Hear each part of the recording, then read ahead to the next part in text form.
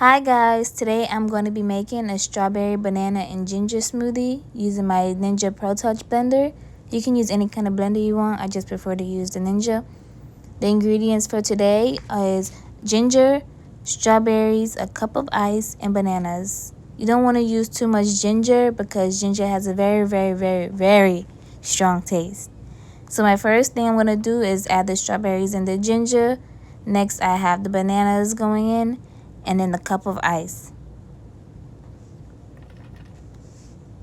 I chose to use ice because I didn't want to use milk because I didn't want to use any dairy product. So next I'm going to chop it all up using the blender, or mixing it all up using the blender. I like using my Ninja blender to do the smoothies because it chops everything up fine. It also has the auto IQ where you can set it to smoothie or a frozen drink, and it puts it to however many seconds it needs to go, and it does its own thing.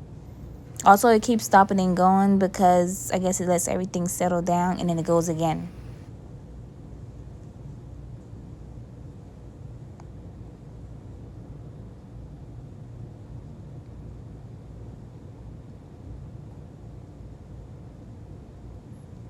And there we have it, a nice homemade fresh smoothie.